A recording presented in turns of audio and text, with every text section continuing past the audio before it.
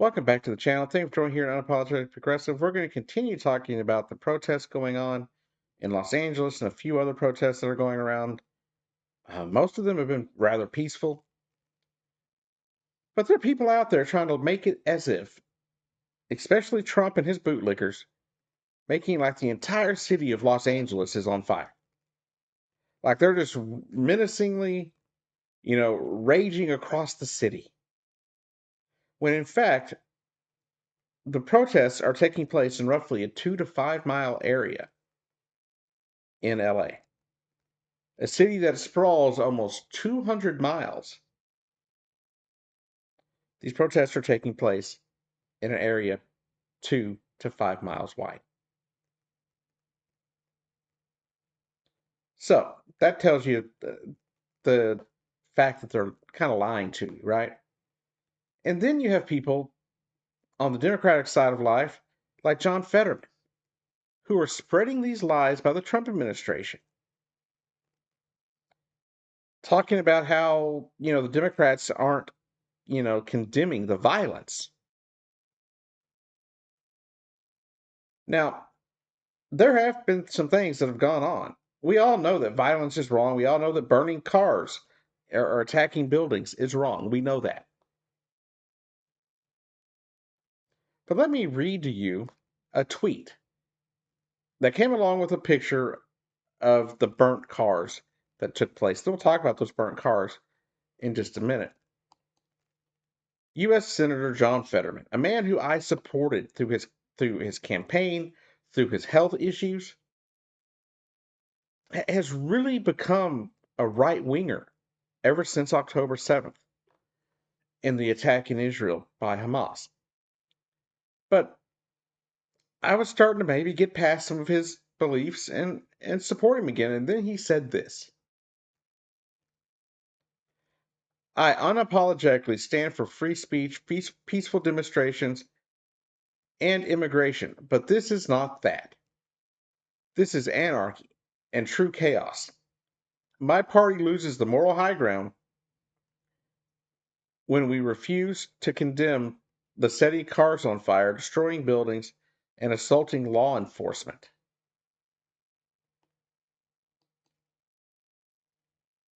Mr. Fetterman, what are you talking about?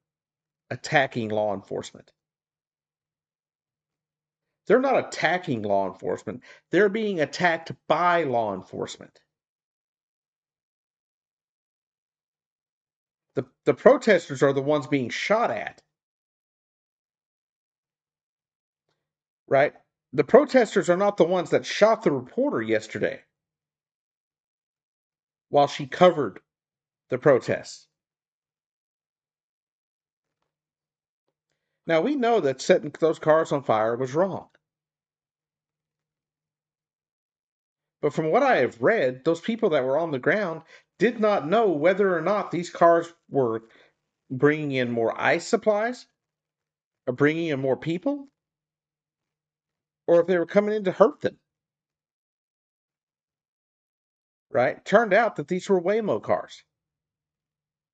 And no one knows for sure who was ordering these cars into the area.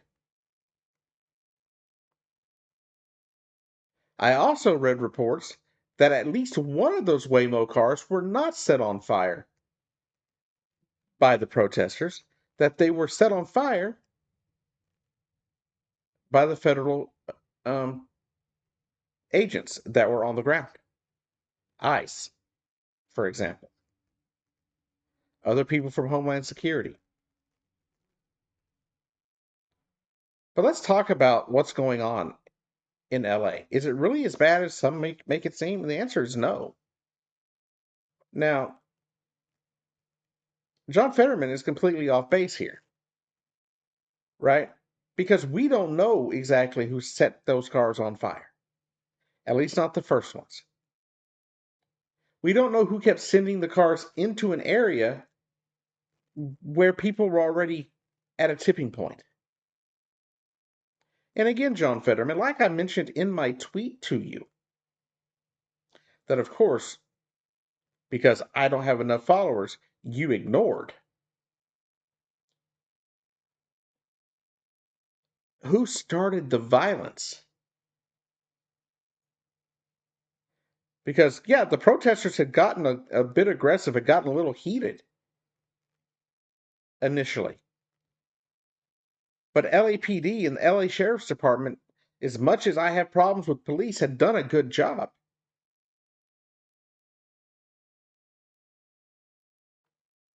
And yeah, anybody that has assaulted officers and stuff, sure, arrest them. That's nothing. There's not a Democrat that's going to tell you otherwise. But the thing is, like I said, at least one of those cars was not set on fire by the protesters. I believe it was the first one that I read that was set on fire by federal agents of some sort.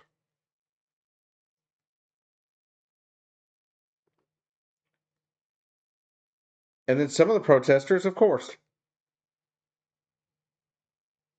joined in. Now, I'm not saying that's right. I don't believe destruction of property is protesting. I don't think that's accurate. I don't think that's the right thing to do. I don't think it serves your goal. Because violence, as we know, only begets more violence and only causes Trump to become more powerful. And I think every Democrat understands that. Every Democrat has said that I've come across.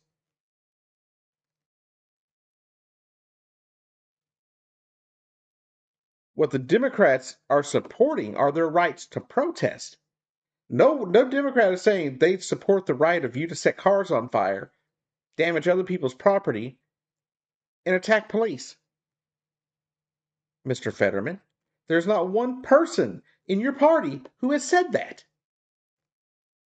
You're just saying it because you're a Trump bootlicker now. And you have been since he was elected last November.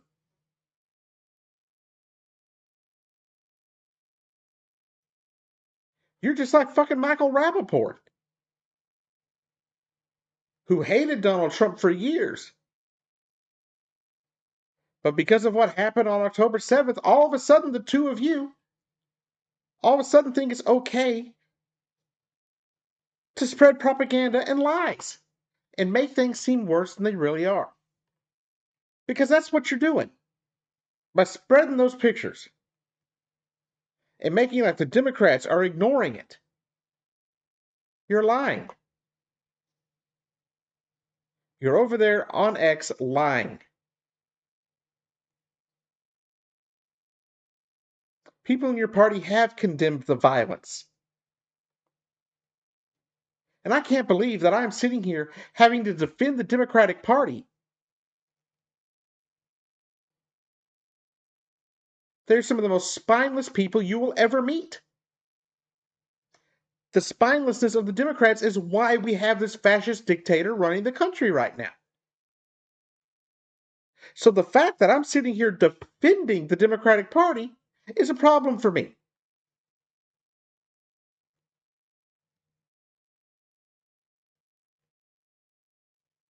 They did not run a good campaign last year. They ran on hate Trump. That's what they ran on. They spent more time hating on Trump than worrying about the policies that were affecting the American people. And that is a fact.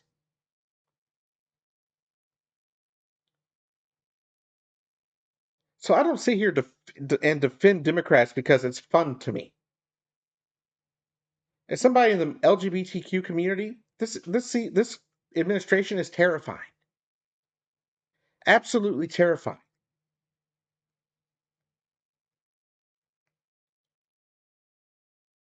But I will defend them against lies, as I have defended the Republicans against lies in the past.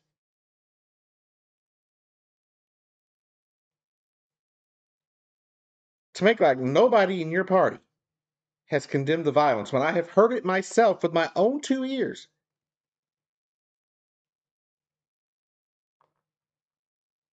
Shows me that you're about spreading propaganda. Tells me you're about supporting Trump's draconian authoritarian regime. And Mr. Fetterman, Let me be very clear. Donald Trump wants to do the same things to people in your community that people in Hamas have tried to do to people in Israel.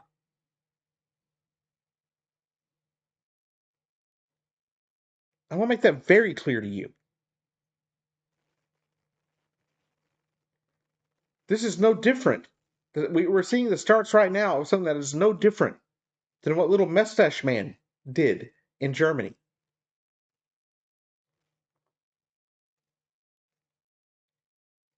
And I'm not even kidding. People act as if the Holocaust started with gas chambers, but it didn't. It started off scapegoating small communities of people, convincing the German people that these people were their enemies. Donald Trump is doing the same thing. To get elected, he scapegoated immigrants and the trans community, making it as if we were enemies of the state, enemies of the people. And you're spreading his propaganda.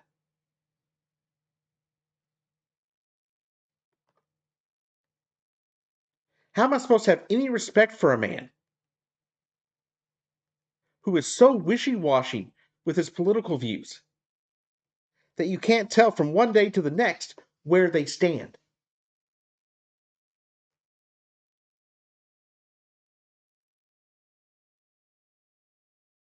And I am absolutely embarrassed to think that I ever endorsed him on this channel.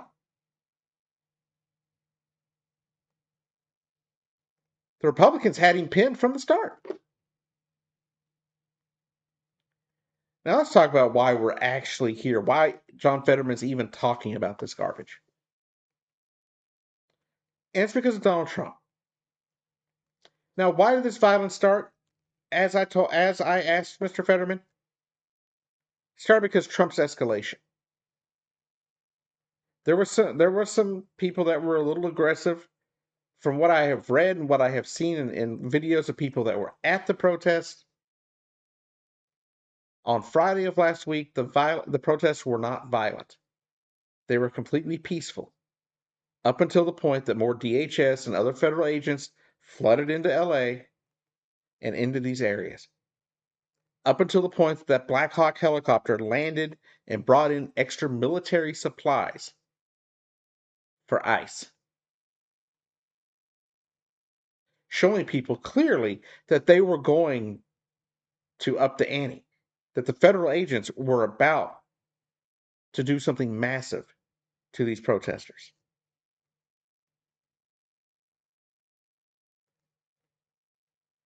And one thing I cannot make sure of, that I'm not sure of, I do not know who set that first car on fire.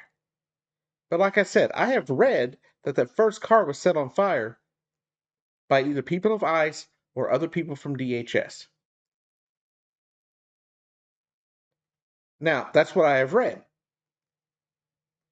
The thing is, I can't believe one way or the other because I wasn't there. But right now, I can't believe the administration. It doesn't strike me as odd if they did, because Trump is trying to stage his Reichstag fire moment. And he thinks he can do it with LA. That is what he's doing. He's trying to spark something and stoke the flames of the anger that the immigrant community is feeling, and that other people that support the immigrant community are feeling. He's trying to convince people to go commit violence. He's trying to push people to the point that they will commit violence. Also, he can institute the Insurrection Act. That's what he's waiting for. Because if he institutes the Insurrection Act, then he can enact martial law across the country.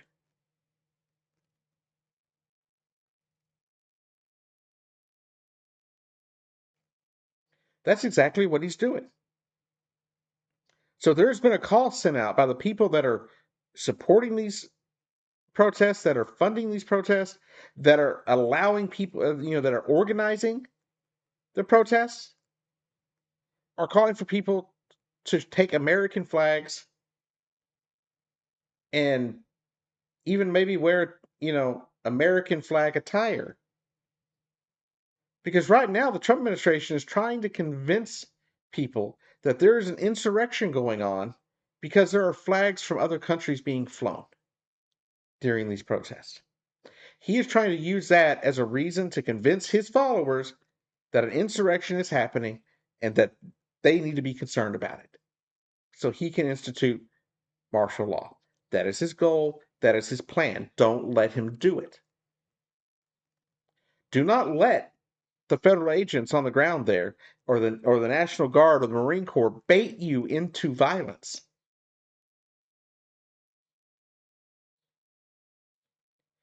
My suggestion is that if they go to move you back, step back. Make sure you're on in a public area where they can't attack you.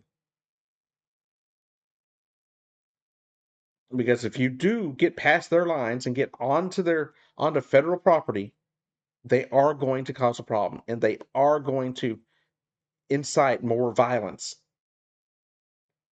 than we have already seen, which is, as I've mentioned, was very minimal to begin with.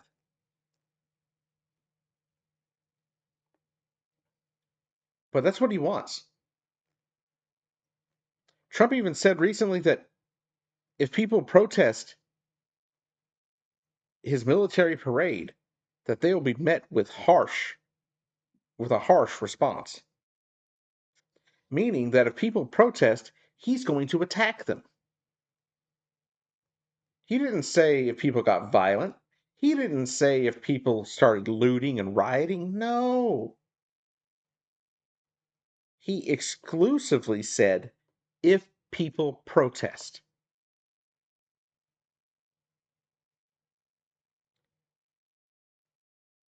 Also, maybe not a great time to protest, to be honest with you.